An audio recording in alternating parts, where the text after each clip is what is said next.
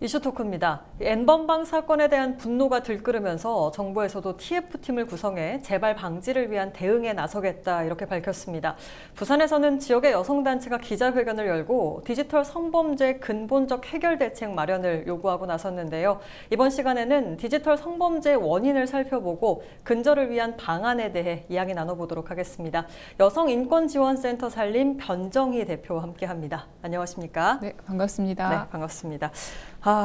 N번방 사건이 지금 계속 화두가 되고 있습니다. 미성년자를 포함한 수많은 여성들의 성착취 영상을 제작하고 유포하고 판매한 이 N번방 사건이 터지면서 많은 분들을 충격에 빠뜨렸습니다. 그렇죠. 저 역시도 굉장히 충격이었는데 이와 같은 이 디지털 성범죄가 사실 갈수록 좀 진화하고 있는 것 같습니다. 맞습니다. 일단 이런 성범죄가 일어나는 원인을 먼저 좀 짚어주시죠. 네, 저희들은 사회문화적 문제뿐만 아니고 입법, 사법, 행정 전 영역에서 그동안 골마있던 문제가 터져 나온 거라고 생각하고 있습니다. 네네. 우선 여성의 몸을 오로지 성적인 목적으로 대상화하고 소비해온 한국 사회의 전반적인 문제가 크다고 볼 수 있는데요. 남자라면 소위 야동을 보는 게 너무 당연한 일이 되어버렸고요. 그것이 불법 촬영이 되었든 성착취물이 되었든 개의치 않는 일이 되어버린 거죠. 그런 상황에서 한국처럼 IT 기술이 발달한 나라에서는 온라인 기반의 성착취와 성폭력이 진화해 왔는데도 이것을 제재하기 위한 종합적인 법이 전혀 마련되어 있지 않습니다. 사법적 영역에서도 좀 마찬가지라고 볼 수 있는데요. 이 N번방 이전에 가장 최근에 다크웹이라고 아동 청소년 성착취 영상을 제작, 유포하는 사이트를 그 다크웹에서 운영했던 손모 씨가 정말 외국과는 비교도 할 수 없이 가벼운 형량의 형량을 받았었거든요. 여성가족부가 발표한 2017년도 아동 청소년 대상 성범죄 발생 추세와 동향 분석 결과에 따르면요.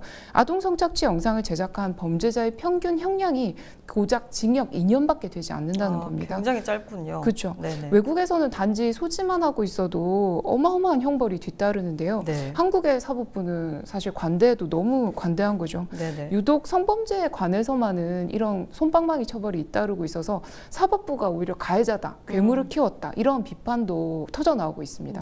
사실 이러한 범죄가 하루 이틀 일어난 일이 아닌데도 불구하고 아직도 이런 솜방망이 처벌에 그친다는 것 자체가 문제가 아닐까라는 생각이 들고 사법부 차원에서도 이 부분이 강력히 이번 사건을 계기로 해서라도 이제라도 조금 바뀌어야 되지 않을까라는 생각이 좀 듭니다. 사실 이 N번방 사건의 수사 처벌에 대한 국회 국민청원이 10만을 넘어섰습니다. 국회가 논의를 했는데 사실 새로운 법안을 만든 게 아니고 기존에 있던 법안에서 강화 법안을 하나 정도 더 추가를 했고 본회의에 넘기면서 그냥 논의 종료시켜 버렸습니다. 그래서 이렇게 졸속 추진을 해버리면서 논란이 일었고 비판을 받고 있습니다. 이 부분에 대해서 대표님은 어떻게 생각하고 계시나요? 그렇지 않아도 저희 단체도 회원으로 소속되어 있는 부산 여성단체연합에서 지난주 금요일에 이러한 졸속 처리를 규탄하는 기자회견을 부산에서 열었었는데요. 우선 해당 청원을 먼저 알아보면 우리가 보통 알고 있는 국민청원과는 다른 입법청원이었고요. 처음으로 10만 명을 넘어서 국회 1호 청원이 되었죠. 그 내용을 조금 설명을 드리면 디지털 성범죄 처벌을 위해 엄격한 양형 기준을 마련해달라. 그리고 디지털 성범죄를 더 적극적으로 예방하고 피해자를 보호해달라. 이런 디지털 성범죄가 해외 서버를 두고 있기 때문에 경찰의 국제 공조 수사를 활성화하고 전담 부서 및 체계적 대응 매뉴얼을 신설하라. 이런 요구였습니다. 이 건은 국회 법사위에서 컨트롤 타워를 맡았었고요. 4개 상임위에서 논의를 했었는데요.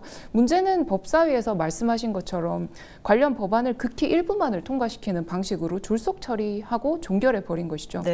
언론 보도를 통해서 법사위에서 어떤 논의가 오갔는지 드러나면서 그 내용이 더 공분을 샀었죠.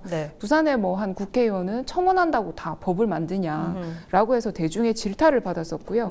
또 자기 만족을 위해서 나 혼자 즐기는 것까지 처벌할 거냐. 청소년이나 자라나는 사람들은 자기 컴퓨터에서 그런 짓 자주 한다. 이런 식으로 실제 텔레그램 성착취 영상의 제작, 유통, 소비에까지 관여해온 공모자들에게 굉장히 좀 감정이입을 한다든지 너무 안이한 방식으로 이 사태의 심각성을 모르고 있다는 강한 비판을 받기도 했습니다. 이런 문제 때문에 그 3월 23일에 N번방 재발방지 청원, 국회 청원이 다시 한 번 더 올라왔고 하루 만에 10만 명을 넘어서기도 했죠. 맞습니다. 사실 정말 받아들이는 입장에서 굉장히 심각한 문제다라는 걸 인식을 해야 하는데 다수가 그렇지 않다는 부분이 좀 놀랍기도 하면서 굉장히 안타까운 부분이라는 생각이 좀 듭니다. 사실 이 디지털 성범죄 같은 경우에는 1대1로 일어나는 성범죄랑 사건들이랑 좀 다르게 뭐 영상이 한번 제작이 돼서 유포가 된다고 하면 막을 길이 좀 없고 아까도 말씀을 하셨지만 해외로 유통이 또 되기 때문에 국제적인 수사도 또 필요하다라는 말씀도 해주셨는데 아무래도 이 범죄 가해자가 다수인 거잖아요. 결국에는 그런 만큼 피해 정도도 좀 클 것 같습니다. 그렇다면 현 상황을 좀 짚어보도록 하겠습니다. 디지털 성범죄가 현재 얼마나 좀 심각한 수준입니까? 일단 하나 말씀을 드리자면 부산 지역의 20대 여성 인구가 21만 명이 조금 넘습니다. 그런데 이번에 텔레그램 성착취에 관여되었던 공모자의 숫자가 26만 명이라는 사실은 이 규모가 정말 상상을 초월할 정도로 어마어마하다는 거거든요. 네, 맞습니다. 근데 이게 우선은 따로 떨어져 있는 사안이 아니라 새로운 사안이 아니라는 것을 인식할 필요도 있습니다. 이게 기존에 이런 문제들이 범죄로 인식되지 않았던 사회문화적 통념의 문제가 굉장히 크다는 것이죠. 그 한국 사회에서는 좀 상업화된 성착취 문제가 심각한데요. 일례로 한국 사회 대한민국 남성 중에 2명 중 1명이 성구매를 했다라는 통계가 있기도 합니다. 실제 그것에 대한 처벌도 굉장히 솜방망이에 그치고 있고요. 그랬을 때 더더욱 여성을 성적으로 대상화하거나 그것을 범죄 수단으로 삼는 것에 죄책감을 느끼지 않는 사회문화적 통념이 만들어지는 게 문제인 것이고요. 그런 차원에서 말씀하신 것처럼 온라인에서 이루어지는 범죄는 반복적이고 그 규모가 집단적으로 이루어진다는 점에서 훨씬 더 큰 범죄가 피해가 확산될 가능성을 안고 있다는 것이죠. 거기에 불법 촬영도 하나의 놀이나 유의처럼 소비되고 있고 그리고 성착취 범죄가 훨씬 더 온라인 기반을 통해서 노골화되어 있다고 생각하는 부분들이 문제라는 것이죠. 그리고 이게 무엇보다도 돈벌이 수단으로 너무나 손쉽게 이용된다는 것이 이 범죄의 확산을 막지 못하는 이유가 되고 있습니다. 그러니까 손쉽게 누구라도 이 영상을 이용해서 돈을 벌 수 있으니까 쉽게 접근이 되니까 다들 나도 한번 해볼까라는 생각이 드는 것 같아요. 맞습니다. 또 기술이 진화하면서요. 이런 성착취 영상물이 제작, 유포되는 방식과 속도를 따라잡기가 어렵고요.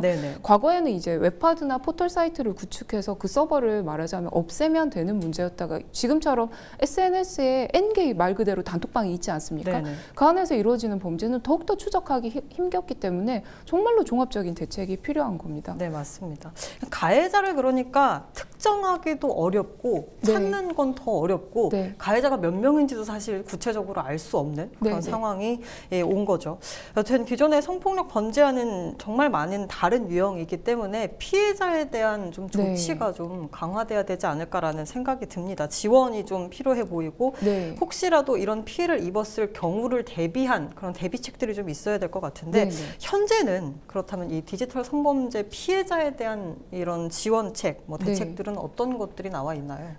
특히나 디지털 성범죄는 가장 좀 큰 문제가 그 유출되고 확산된 피해 영상을 삭제하는 것이거든요. 그 삭제를 하는 데는 기술적인 뒷받침도 돼야 되고 인력 중원도 돼야 되고 예산 조달도 돼야 되는데 지금 현재로서는 굉장히 힘에 부치는 상황이라고 볼 수 있습니다. 현재 여성가족부 산하 기관인 한국여성인권진흥원의 디지털 성범죄 피해자 지원센터가 운영되고 있으면서 영상 삭제와 법률 지원 서비스 연계를 하고 있고요.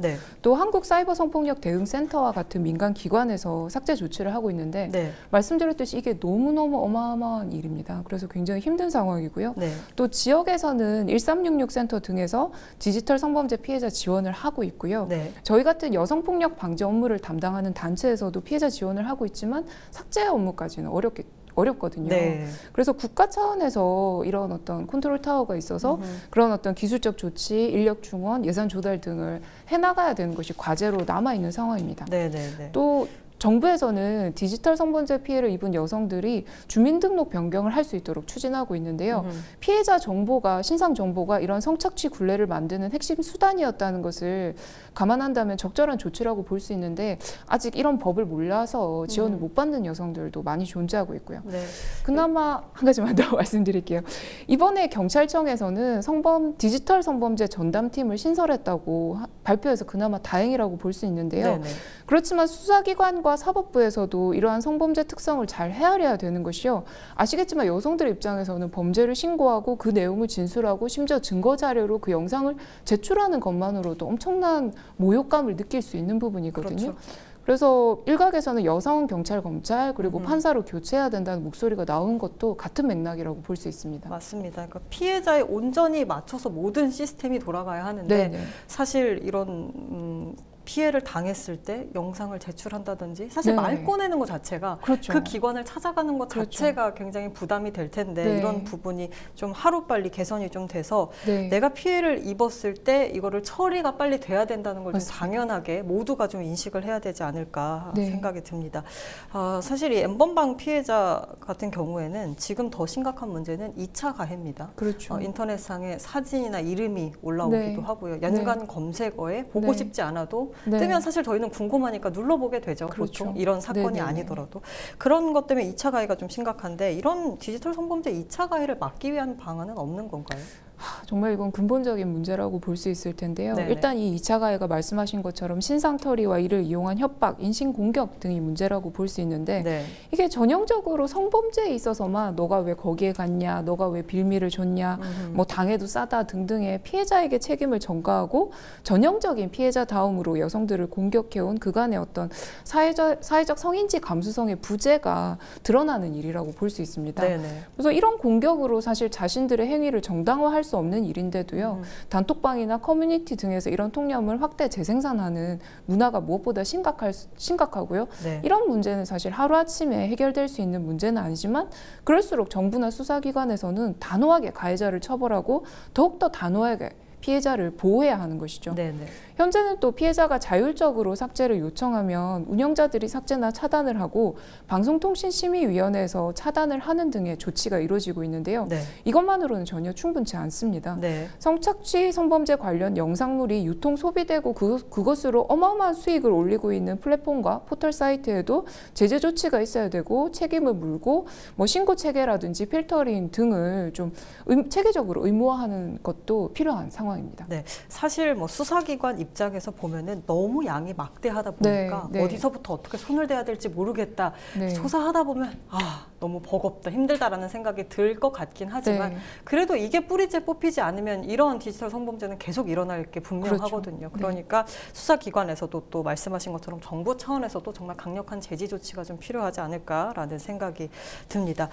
또 이 N번방 사건을 둘러싸고 또 다른 문제가 또 발생을 하는 게 이게 성별 간의 갈등이 일어나고 있어요. 그래서 인터넷상에서는 남자들은 잠재적인 성범죄자다 뭐 이런 글들이 또 올라오면서 남녀가 싸우기도 하는 이런 모습을 보이고 있어서 사실 이런 것 때문에 기존의 이 N번방 사건의 근본적인 문제들이 좀 묻히지 않을까라는 우려도 좀 되는데 이 부분에 대해서는 어떻게 생각하시나요? 근데 이번 사안을 한번 들여다보시면은 같은 10대, 20대라 하더라도 여성들은 성착취 영상물의 피해자가 되는 반면 10대, 20대 남성들이 가해자로 혹은 범죄자로 등장하는 이 상황에서 단순히 성별 갈등으로 문제를 바라보는 것은 전혀 구조적으로 그리고 근본적으로 문제를 보지 못하는 결과를 낳고 있다는 점에서 문제라고 볼 수 있습니다. 그것을 해결하는 방식은 저는 이런 갈등이 있다라는 것을 인정하고 이것을 해결하기 위해서 조치를 취하기보다는 아주 어린 시절부터 체계적이고 일관성 있는 성평등 교육이 좀 절실하고 필요하다고 생각하고요. 그리고 말씀드린 것처럼 여성을 성적 대상으로 바라보는 그런 콘텐츠와 미디어를 비판적인 시각으로 바라보는 성인지 관점의 미디어 교육도 절실하다고 생각합니다. 진정한 의미에서 남성과 여성이 평등이 이루어져야 된다는 것에 공감을 한다면 사회 구조적 차별과 불평등을 개선해 나가기 위한 의식적인 조치가 필요하다는 것이죠. 말씀 들어보니까 정말 학교에서부터 이런 교육이 좀 구체적으로 잘 이루어져야 될 것 같습니다.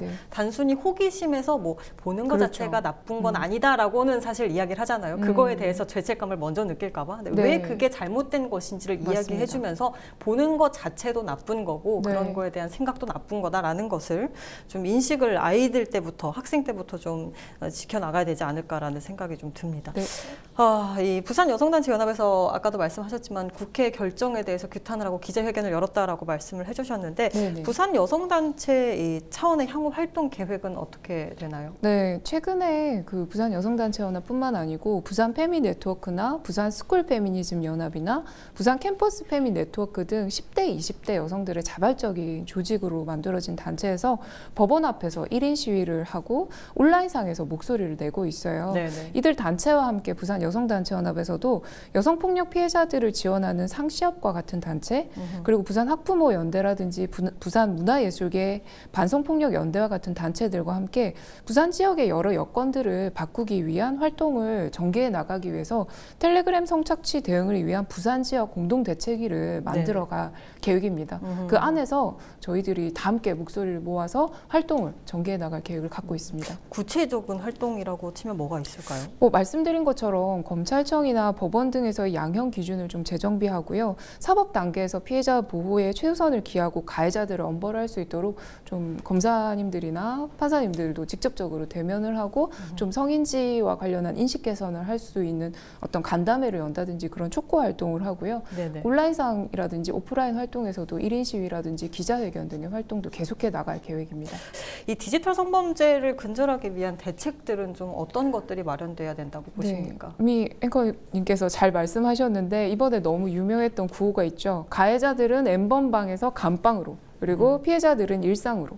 이런 것들을 가능하게 하는 법 제화를 통해서, 그리고 사법부의 인식 개선과 형량 강화를 통해서 가해자들에 대해서 일벌 100개가 아니라 100벌 100개인 거죠. 가해자들에 대한 제대로 된 처벌과 또 행정적 제도 지원을 통한 피해자 회복 지원이 이루어져야 됩니다. 네. 그런데 마지막으로 당부드리고 싶은 것은 남성들의 집단적인 문화 속에서 포르노를 보면서 성을 배우는 것이 너무 당연시되고 여성들을 희롱하고 모욕하는 것이 오히려 영웅시되고 유의처럼 소비되는 이 문화를 남성들 스스로도 끊어낼 때가 됐다고 생각합니다. 이것에 노출될수록 인간을 하나의 인간으로 보지 못하는 그 황폐화된 내면을 갖게 되는 폐해가 정말 크다고 생각하거든요. 네네. 수단과 방법을 가리지 않고 성적 만족을 추구하는 것을 계속 옹호하다 보면요. 그것이 돈벌이 수단이 되고 더 큰 범죄를 낳는 것을 방치하고 만다는 것이죠. 그래서 저는 N번방 성착취가 우리 사회에서 커다란 충격과 절망을 줬지만 동시에 이 사회의 의식 수준을 한 단계 끌어올리는 역할을 하고 있다고 보거든요. 네네. 그래서 이 기회를 놓치지 말고 더 성평등한 사회로 나아가기 위해서 저부터도, 그리고 우리 모두의 성찰과 인식 개선의 계기가 되기를 바랍니다. 네, 사실 수사기관에서도 이런 적극적인 조치도 필요하겠지만 아까도 제가 살짝 말씀을 드렸습니다. 피해자 입장에서도 분명히 이게 힘든 일이고 꺼내기조차 어려운 일이긴 하지만 그래도 도움을 받아야 되는 게 맞습니다. 그렇기 때문에 피해자들도 좀 앞에 나서서 내가 이런 피해를 당했다 하고 말을 해주는 게 또 앞으로의 개선에 도움이 되지 않을까 싶은데 대표님께서 이제 가해자 말고 피해자한테 좀 당부하고 싶은 말들이 있다면 어떤 게 있을까요? 네, 이미 이런 텔레그램 성착취 문제가 사회적으로 공론화된 것도 그런 피해자분들 한 분 한 분들의 용기가 없었다면 불가능했던 일이라고 생각을 하거든요. 네네. 아까 우리가 계속 논의한 것처럼 디지털 성범죄는 오늘처럼 온라인상에서의 사회적 관계망이 필수인 상황에서 피해자들에게 어떤 사회적 매장 수준의 심각한 어떤 위기에 처하게 만드는 결과를 낳는다는 점에서 강력하게 제지가 돼야 되지만 동시에 피해자들에 대해서는 강력하게 이 사회적 활동을 보장하기 위한 피해 회복을 위한 조치, 아까 말씀드린 것처럼 삭제라든지 그리고 사법적인 지원, 의료적 지원 같은 것들이 필요합니다.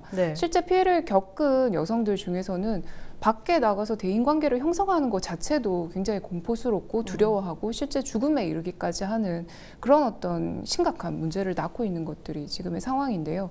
특히 청소년들 같은 경우는 소위 일탈계라고 해서 SNS에 자신의 어떤 신체를 드러내는 사진을 올리는 그런 계정을 비밀리에 운영을 했다가 이것들이 가해자들에게 빌미가 돼서 너가 이런 일탈계를 운영했다는 것을 부모님께 알리겠다 이런 식의 협박이 또 통해서 제2, 제3의 더 큰 수렁으로 이 피해가 가중되는 그런 결과들을 낳는 경우들을 볼 수가 있습니다.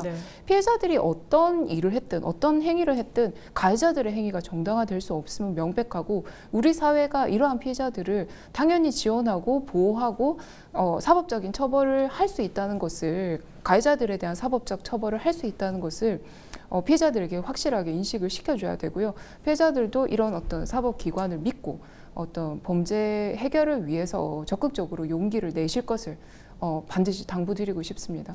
그리고 지역사회에서 1366이라든지 1366을 통해서 저희 기관과 같은 피해자 지원 단체와 다 연결이 되어 있거든요. 성폭력 상담소라든지 그리고 성착취 피해 여성들을 위한 단체라든지 가정폭력이라든지 이런 여러 여성폭력과 관련한 지원 기관들이 있기 때문에 반드시 상담을 받으시고 피해 회복을 위한 지원을 받으시기를 요청드리고 싶습니다. 네, 이런 단체에서도 물론 이제 많은 노력을 하고 계시겠지만 그래도 네. 먼저 다가가서 말을 꺼내기가 좀 어려우니까 네, 네. 조금 쉽게 접근할 수 있도록 네, 평소에도 네. 많은 홍보가 좀 필요하지 맞습니다. 않을까라는 네, 생각이 맞습니다. 듭니다.